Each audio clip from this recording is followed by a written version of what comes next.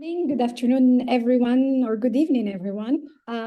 It's indeed a great honor and pleasure for me to welcome you at our third RC07 webinar on women and statelessness, presented by our guest speaker, Dr. Anjuman Ara Begum from Royal Global University in India. Dr. Anjuman Ara was a research fellow for a joint project of CRG Kolkata and IWM in Vienna.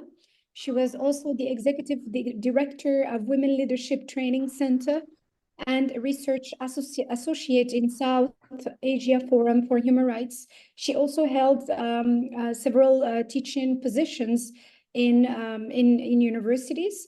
So before I give the floor to our guest speaker to introduce our guest speaker, allow me to share with you a brief introduction of who we are.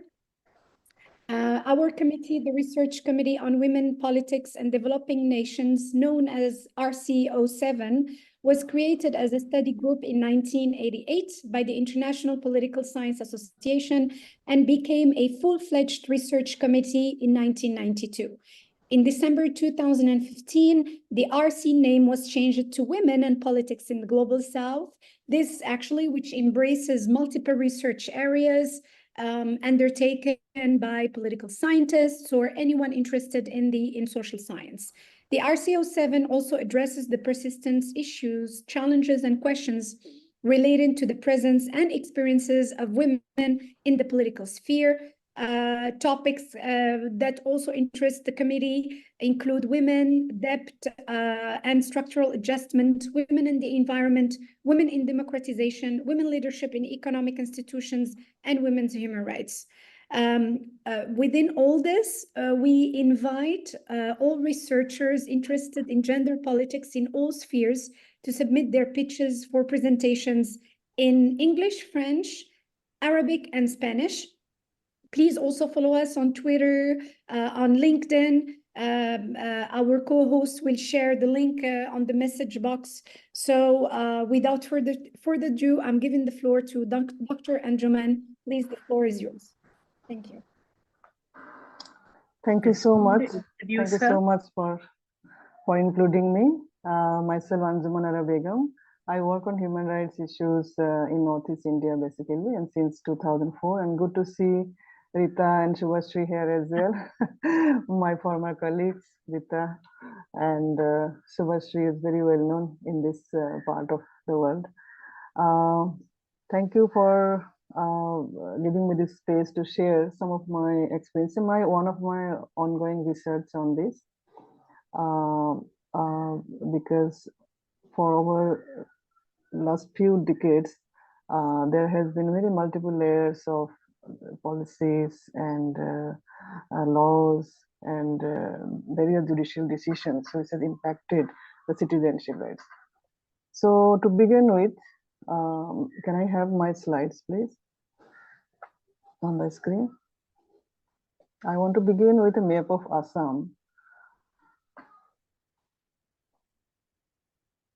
Since this is an international audience, I think, to share the the map of Assam, as you can see, is in the northeastern part of India. It's bordering Bangladesh, Myanmar, China. Can you go to the next slide, please? Yeah, and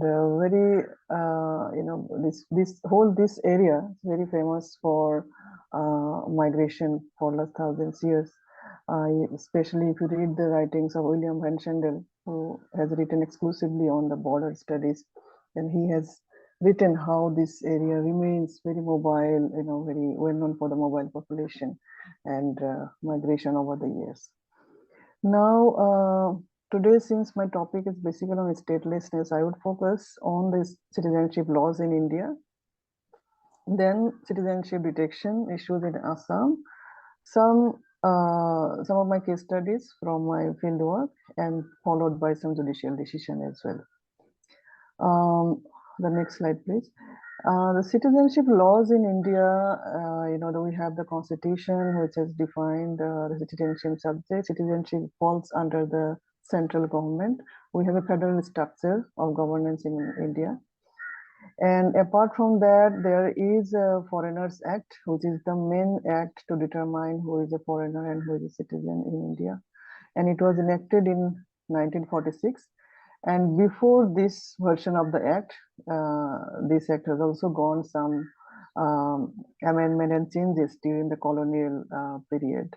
And India became independent in 1947. So this is a pre-constitutional law and a colonial law, and it is still in force. Again, in 1955, Government of India has developed a Citizenship Act, 1955. It was based on jus soli, which means that anyone who is born in India is a citizen of India. But over the years, if we see the transitions of the citizenship laws, we see that India has shifted from this concept, from jus soli to jus sanguinis, means that citizenship through the legacy, ancestral legacy. And recently, maybe you have seen in since last week, it has been very much in the news. The government has made another amendment in 2019, the Citizenship Amendment Act. In short, it is called CA. And this has fast-tracked the citizenship for people from Afghanistan, Pakistan, and Bangladesh. It's mostly the non-Muslim migrants. Now, let's see how citizenship, next slide, please. How citizenship we can define in the context of Assam. To make the things a bit easy to understand, because they're very complex issues, I have divided this into, there was a particular act called Illegal Migrants Determination Tribunal, which was passed in 1993. So pre-IMDT Act, in short, I'll call it IMDT Act. So pre-IMDT Act period, and then during the IMDT and post-IMDT. And I will explain why these divisions. So before this act was passed, the main silent feature of this act was that, as per this act, it was a duty of the state to prove that the person is a foreigner. But later on, this burden of proof shifted to the accused. So that is the main difference in this act and the other act. So the Foreigners Act 1946, it says that if whenever there is an allegation that the person is not an Indian, that person has to prove that they have entered India legally, or they have the valid documents, or that they are not a foreigner, they are Indian. So they have to prove themselves. So because of the political, pressure and all, Assam also passed the Immigrant Expulsion from Assam Act in 1950. And also in 1951, there was a national register for citizens was also carried out, where all the citizens were listed in 1951. And this list, this NRC, was later on in 2019, it was updated. And another important part which played a role in determination of citizen in Assam is the Foreigners Tribunal, which was established under an order of 1964. Next slide, please. So since this whole issue of immigration in Assam has remained a socio-political issue for a long time, in 1993, from 1979 to 1983, this for 5 years, we have seen that there was Assam agitation was there, and which led to an accord between the Government of India and the agitating group. And it resulted into the insertion of a citizenship, of a section in the Citizenship Act. And this section, Section 6A, which was inserted in the Act, it categorized the citizen in Assam into 3 categories. It divided the people who entered Assam, before 1966, and those who entered Assam in 1966 to 24th March 1971, and those who after 1971. So people who has entered Assam after 24 March 1971, they are considered as foreigner and they have to be deported. So uh, so this categorization is in force even till today. And as I said, the IMDT was a change that I'm under IMDT. The accused doesn't have to prove that they are the allegation against them. The state was in the which in the legal term we call the burden of proof. However, after being in 2 decades, the IMDT Act was also declared as unconstitutional by Supreme Court in 2005. And after that, all the tribunals which was established under IMDT, they converted into again the foreigners tribunal, and many of those are still continuing to function. Next slide, please. So at present, there are two parallel processes in Assam to determine who is a citizen and who is not. So one, the election commission plays a role in this. The election commission has marked some voters as doubtful voters. In short, it's called the D voters. And also there is another mechanism called reference cases, where the police will refer a case to the foreigners tribunal. So this doubtful voters was about nearly 250,000, which is 250,000 people were declared as doubtful. So many of these cases, doubtful voters are still doubtful since then. And for reference cases, Assam has a special police force called Assam Police Border Organization, and they detect people. They on the list they prepare a list of suspects, and then they send it to the foreigners tribunal, and then a trial begins before this tribunal.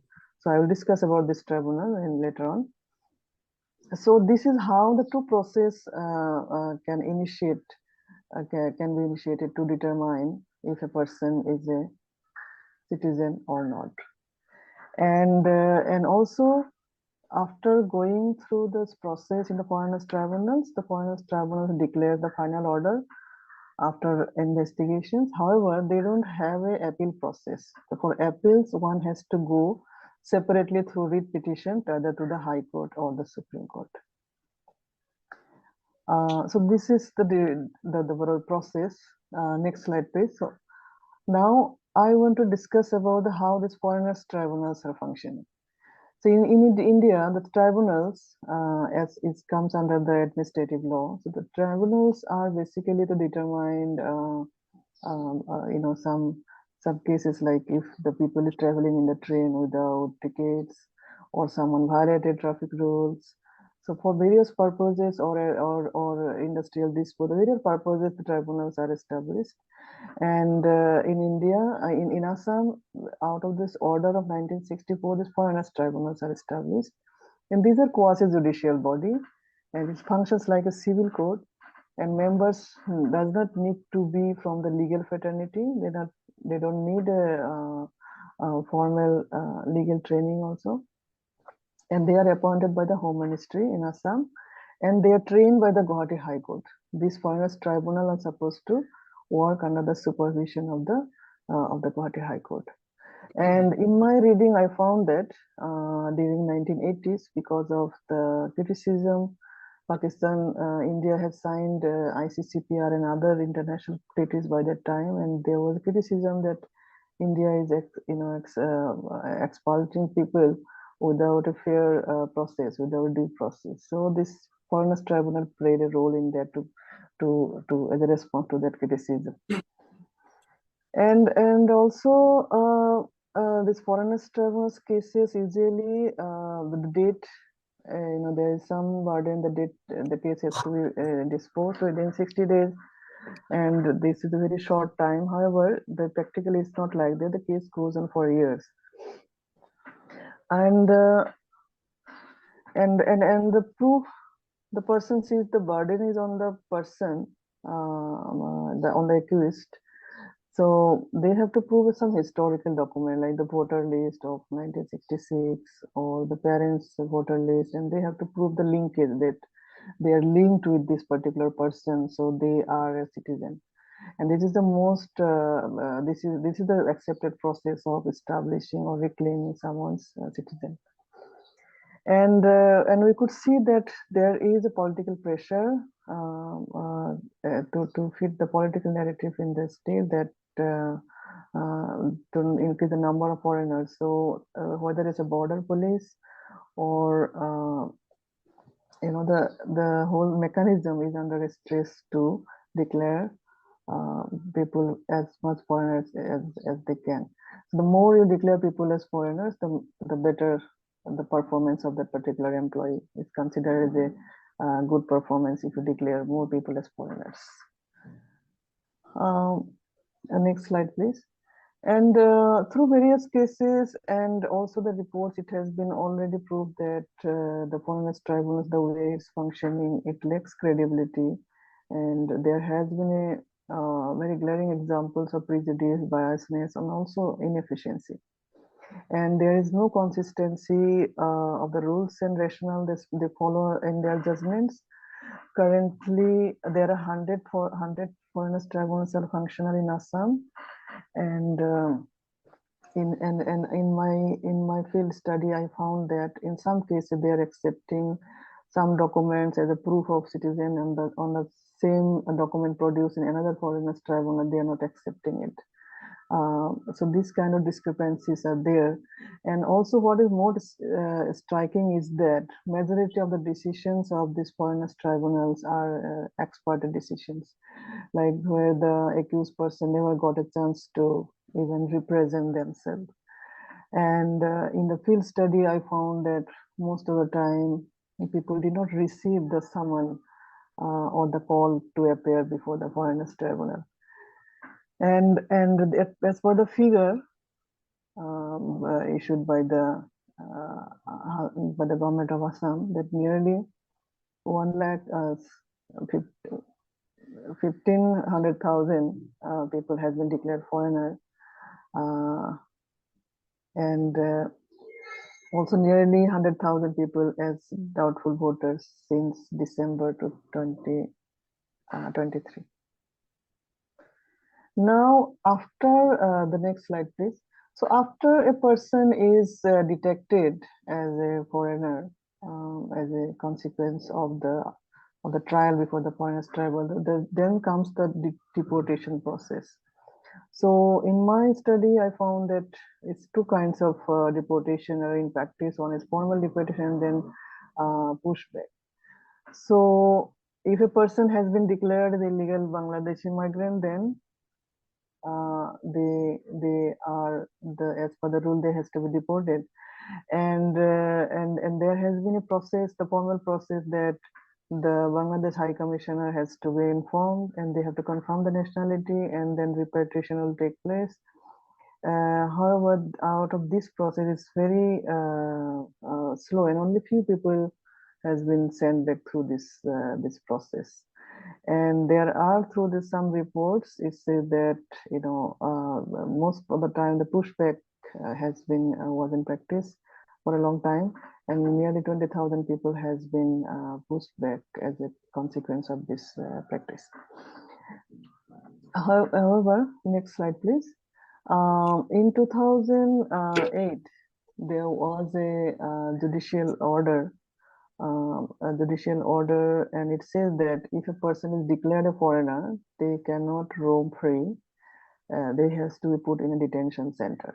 So immediately government established 3 detention centers out of the existing prisons in the state, and people who were, those who were declared foreigners, they were housed there. However, no operational guidelines or the prison manuals, which is in force in other prisons, was issued for the detention centers. So this created a huge burden on the family members of the people who were declared foreigners.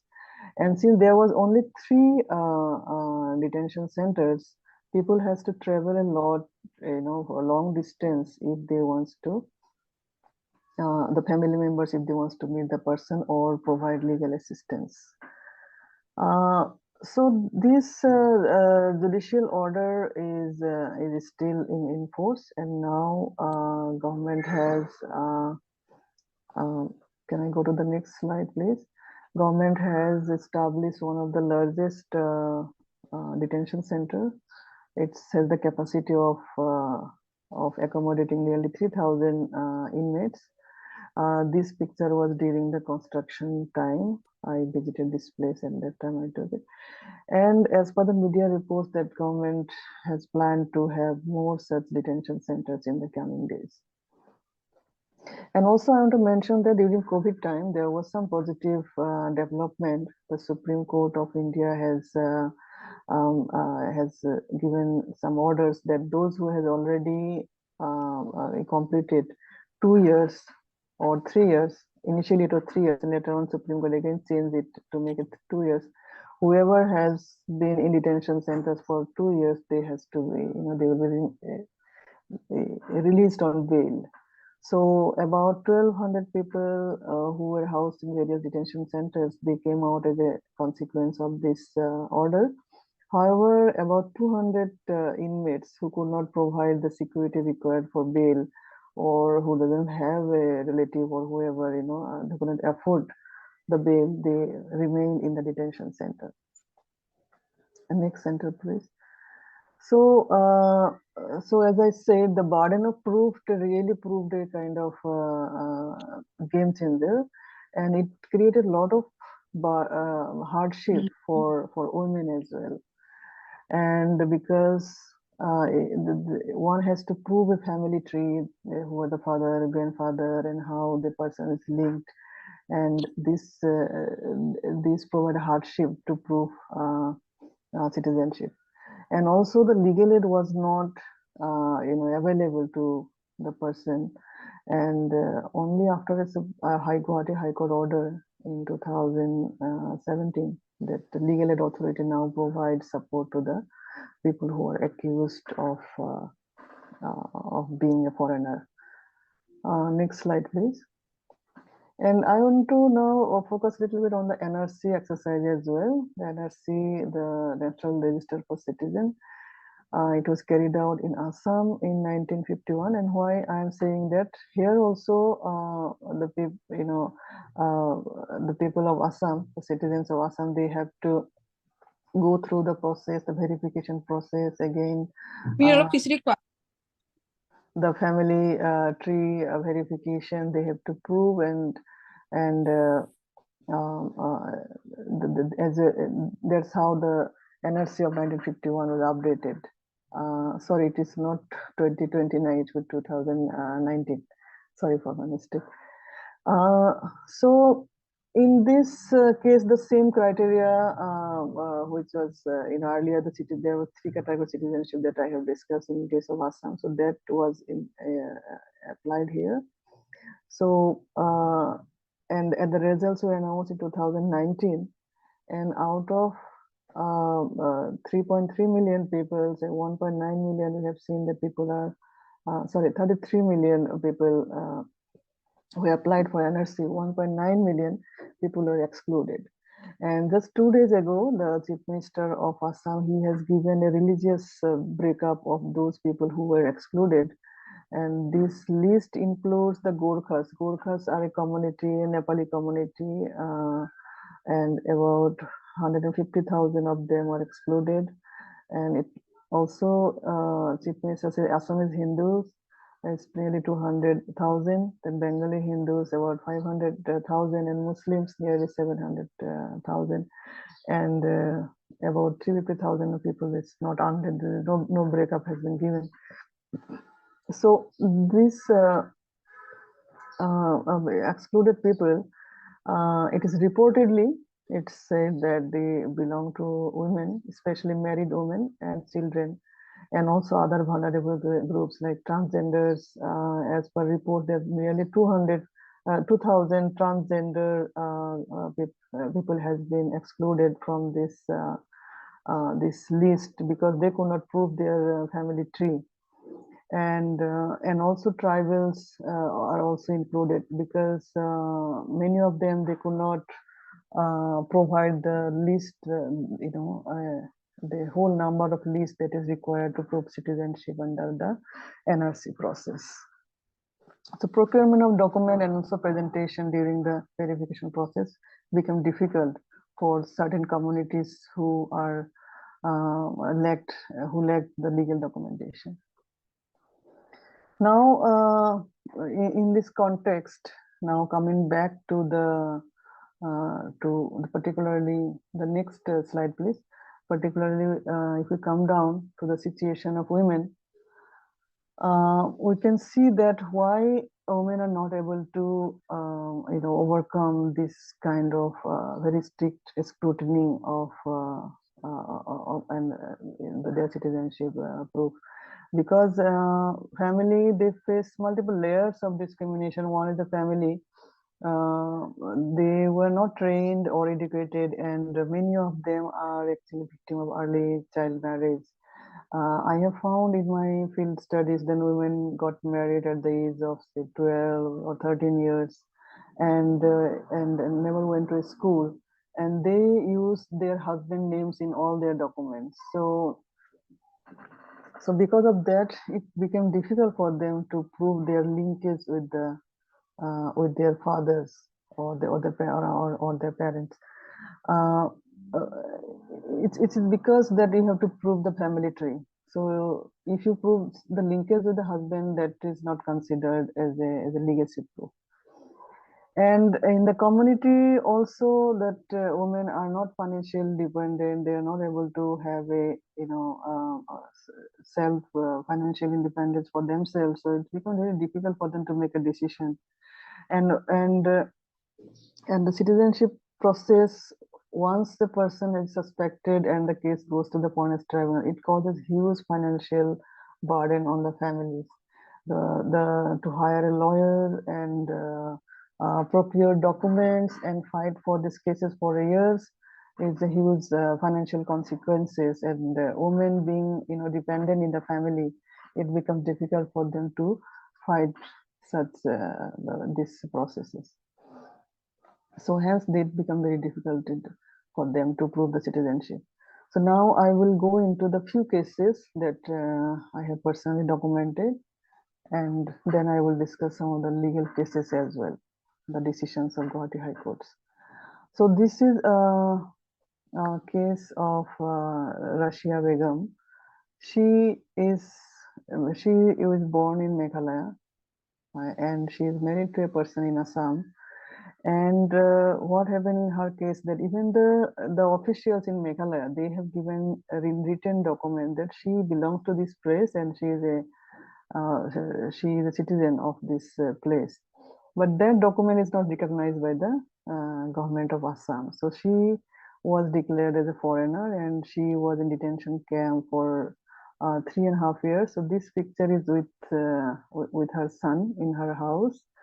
And what happened to them is that his family has sold out all their agricultural property, the lands, whatever they had, and now she is out on bail after the Supreme Court order, and of course they don't have much resources now to sustain for the rest of their life. The next one, please. So this is also another case I found. I had a meeting with some women, and they were the second wives. So in Muslim societies, some when they have multiple, 3 to 4 wives, it's 4 wives as per the law. And some men, if they have second wife, they somehow their document their name was there as wife, and this created some problem for them, and because the consequence, they were also not able to have the documents, and to still in a kind of trauma that they will face more hardship. And next slide, please.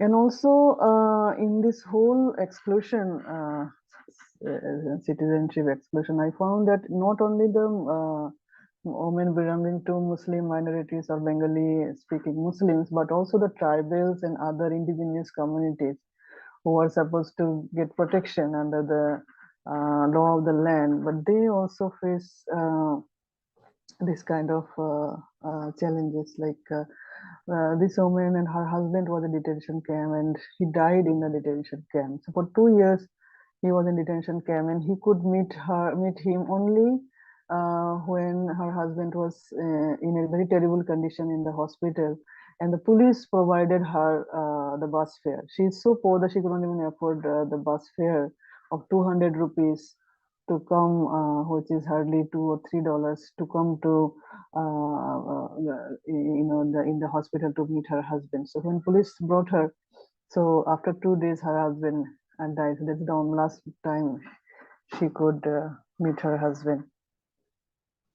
Next one, I think this, yeah, and this case is one of the very, very tragic case. This woman, her name is Momiran Nessa.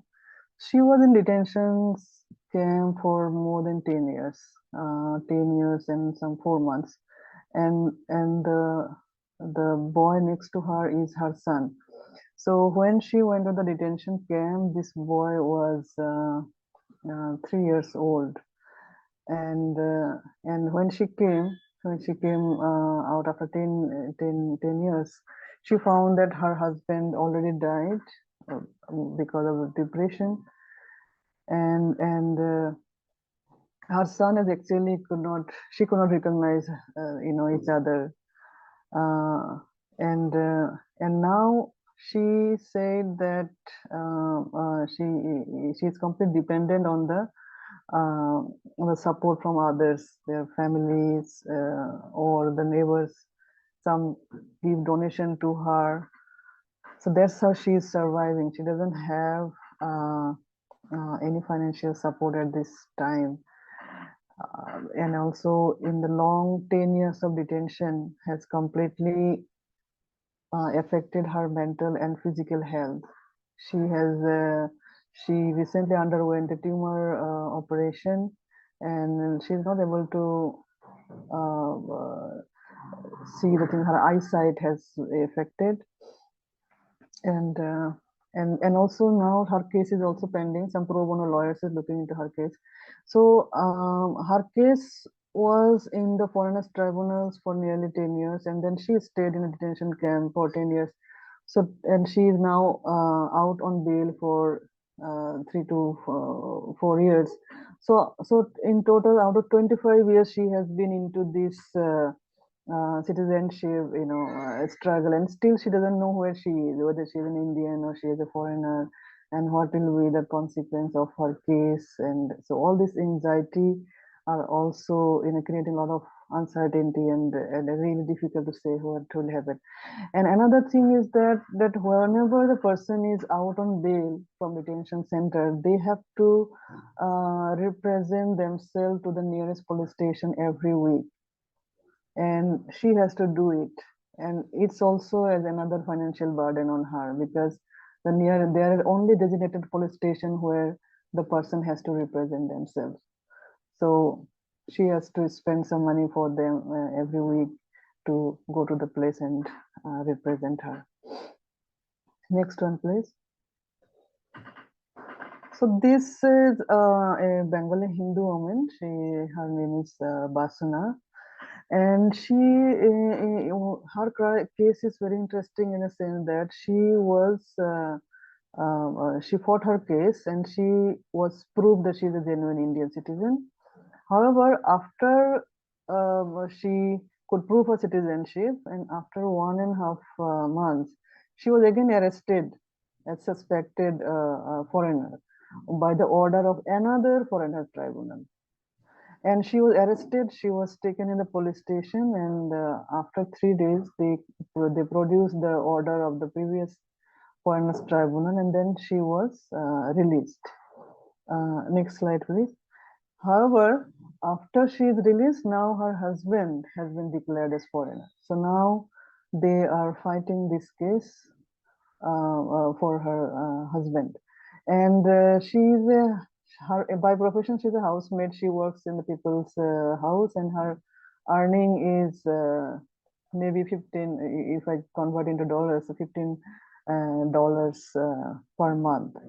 So it's become very difficult for them. They could not have a good house or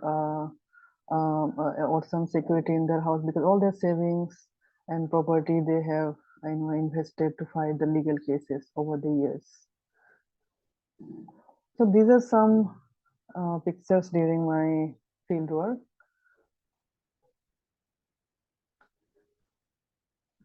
I have several other cases, but because of time constraint, I will not go into. I'll just quickly look into some of the Guwahati High Court cases. So in one of the case, the Guwahati High Court said that the delay in the foreigners tribunal is on average of 10 to 20 years. So it gives a scope to the accused to file writ petition, and also it gives time to register the children as Indian citizen. So the court has said that there should be summary trial, and person should be declared as Indian or non-Indian by spot inquiry without wasting time. So this judgment came up in the Rostam Ali versus State of Assam. These are basically the Guwahati High Court judgment. Next one. And I also found another study on about 787 cases of appeals in the Guwahati High Court, and where most of the time the cases from foreigners tribunals were upheld by the Guwahati High Court, and they agreed with the findings of the tribunals. Next one, please.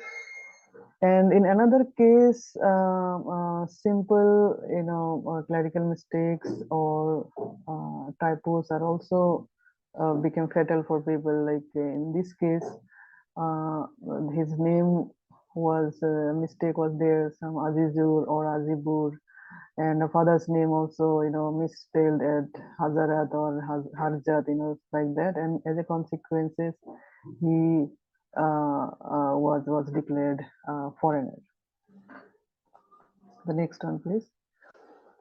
And in another case, I found that there was a woman called Anwara Khatun, and she was 60 years old. And during the process, she produced the documents which are, after 1971. So the court observed that if you were 60 years old, your name should be on the electoral rolls which are carried out before 1971. So they say that you are, it's a conclusive proof that you are a foreigner. And soon after this order, Anwara Khatun, she was found missing from the locality, and again,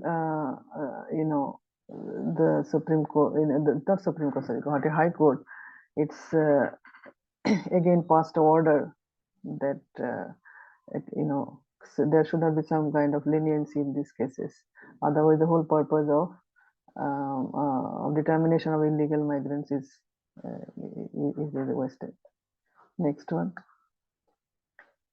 So in another case, someone named Zahida Begum was also declared foreigner by a foreigners tribunal in Assam, and she submitted nearly 14 documents to prove her citizenship by birth, and also still then she could not prove it that she is an Indian. Despite all these documents, also it was rejected. And also there's another problem for women is that the certificate from the local headman, which you call Gaubura, it is not accepted as a legal proof of citizenship. Like say the woman who does not have any legal document, if they want to use this kind of certificate to prove their citizenship, that is not valid. They can only use these certificates to prove that they have migrated after their marriage. Next one. Also, there are some other kinds of documents which are usually used as a proof of your citizenship, otherwise are not accepted in foreigners' cases, like PAN card, which is used for our tax payment, then bank document, land revenue documents. Uh, so these were also not held as a valid document. Next one. Then in another case, I found in the case of Anima Das, certificates were, given by the school headmaster. However, as per the rules, the certificate, authenticity of certificate is not enough. We have to prove the contents of the certificate also. So the village admin or the headmaster has to go to the court and prove that this content is also truth. If that doesn't happen, then those documents are not taken as authentic. So this case is a proof of that kind of assumptions. Now, the next slide. Now, in conclusion, I would like to say that through this case studies and also through my field work, what I feel is that there is definitely arbitrariness and prejudice and also biasness in determining citizenship, and which makes everyone vulnerable, but women more because of their other vulnerabilities or discrimination they face in the family and in the society. And in Assam, the citizenship issue in Assam it got the kind of international attention from human rights organization and others after Rohingya issues became the headlines, and there has been some interventions from the UN also. A special reporters has also issued statements, especially on the NRC and the risk of statelessness. And Amnesty International and Human Rights Watch has also produced one report, each of them, which are quite good research and in-depth report has been done by them. However, these are very limited in my understanding because the whole issue, the complexity is still not unpacked to the audience outside. And the last slide. So I feel that the whatever legal mechanism at present, it requires little review. It requires an in-depth review, and to some extent the glaring biasness and which are completely against the Constitution of India and also international human rights norms. And so this needs a very thorough review, and the process needs to be more more aware of the vulnerabilities of certain communities. And also there are other issues like for children. I want to say that children are at risk because in 2004, you can see that the citizenship laws in India had changed from jus soli to its sanguinis. So as a consequence, lots of children are also now out of the list of the NRC. That means they are at the risk of becoming statelessness in future. And also lastly, since there is an effort, the world has nearly 5 million stateless people, and there's an effort to reduce statelessness as much as possible.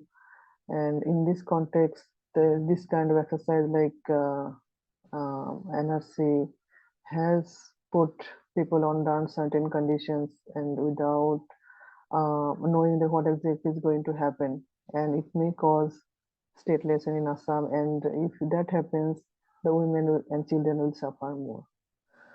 So with that, I'd like to conclude here. And this is my ongoing research. So I'd like to look for the feedback and your suggestions also. Thank you so much.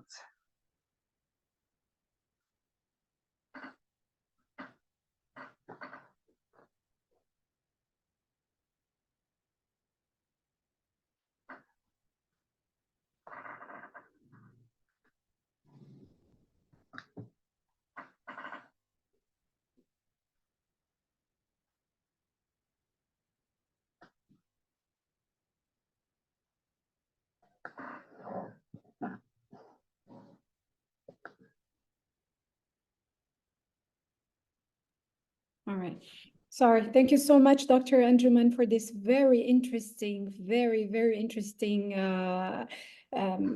lecture that reminds me of one of the cases in North Africa as well, where there are also women that are actually in some detention camps. I thought that, you know, in Tindouf, in one area in North Africa, there is only one detention camp in the world, but apparently there are other detention camps in other parts of the world. I'm going to go to Mr. Furqan, Dr. Furqan. He's got a question. Are there any successful cases where it can be said that victims were able to gain Indian citizenship after going through all the processes? Please, Dr. Anjuman. Yeah, there are several cases where people could prove. Only thing is that, like, if those who can prove their legacy with their ancestors, you know, so that they could prove. And also in some cases I have already documented, and they could do it through pro bono lawyers. When they have some support, legal support and financial support as well, that becomes easier, and people could prove that they are Indian citizens.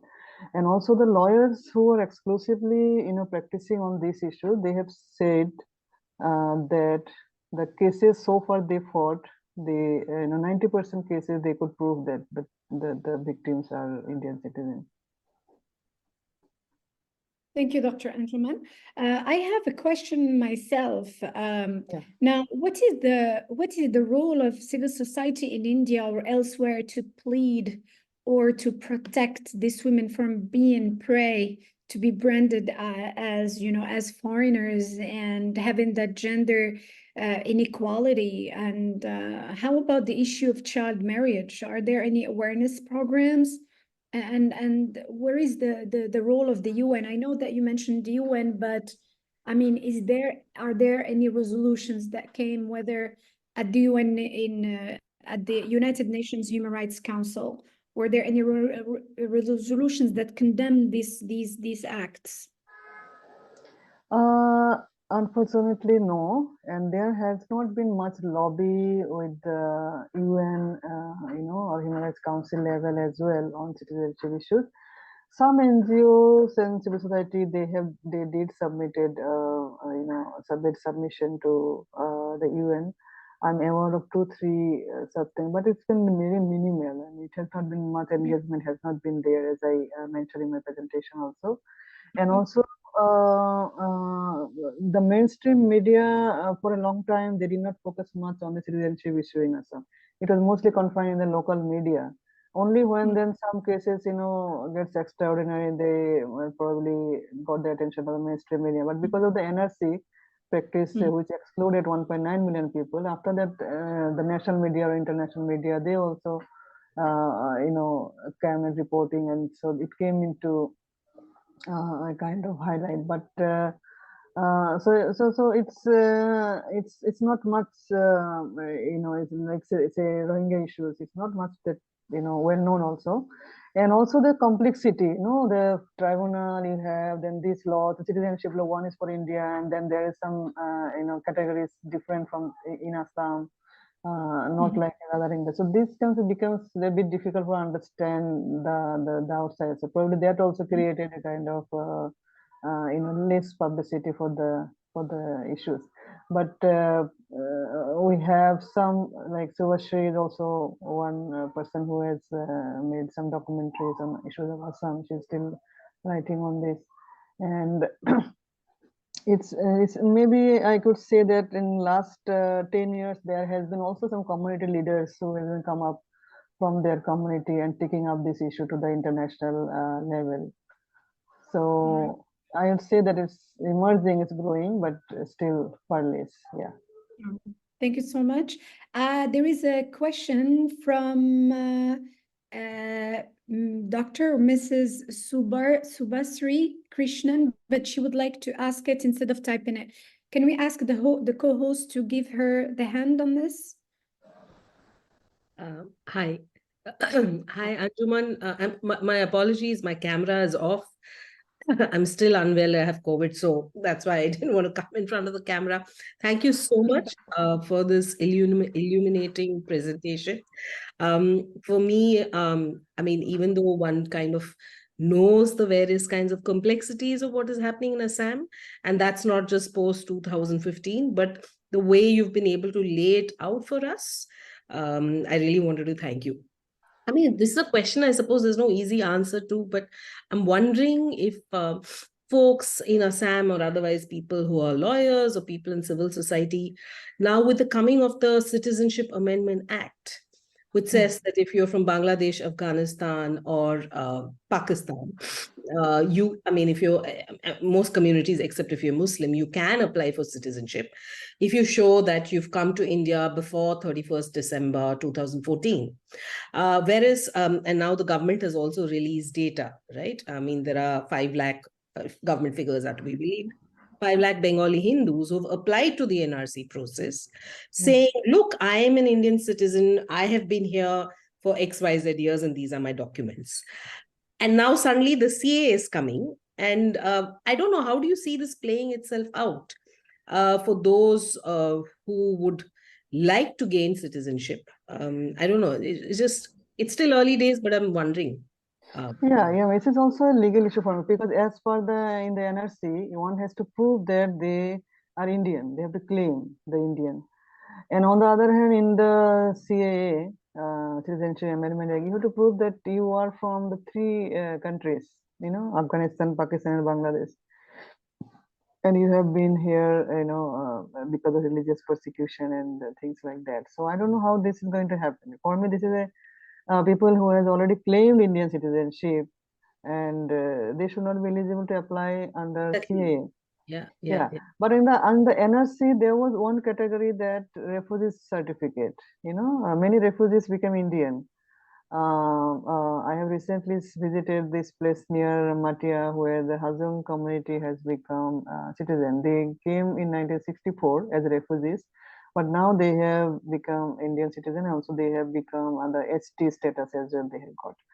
So I feel that maybe under that refugee certificate, if someone has, maybe they can probably, but still they will apply. They will say that we are Indian, Right. we're not foreigners.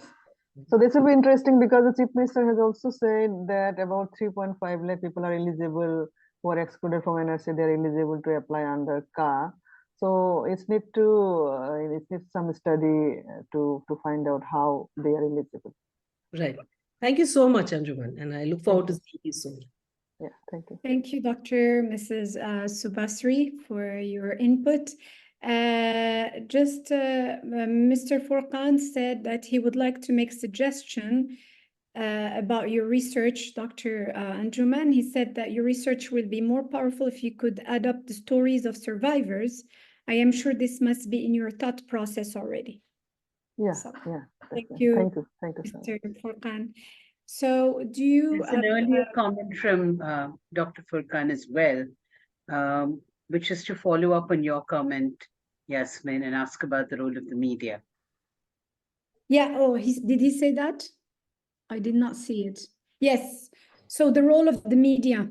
He asked, Dr. Furqan asked about what is the role of the media, maybe be it nationally or internationally. See, to raise this issue.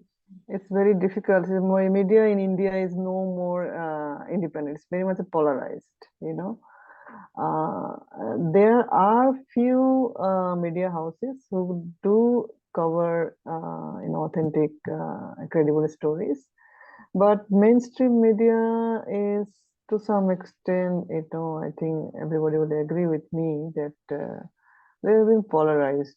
Polarization is there, and very often they have the other priorities than writing about the victims, and also through the victims' perspective, right?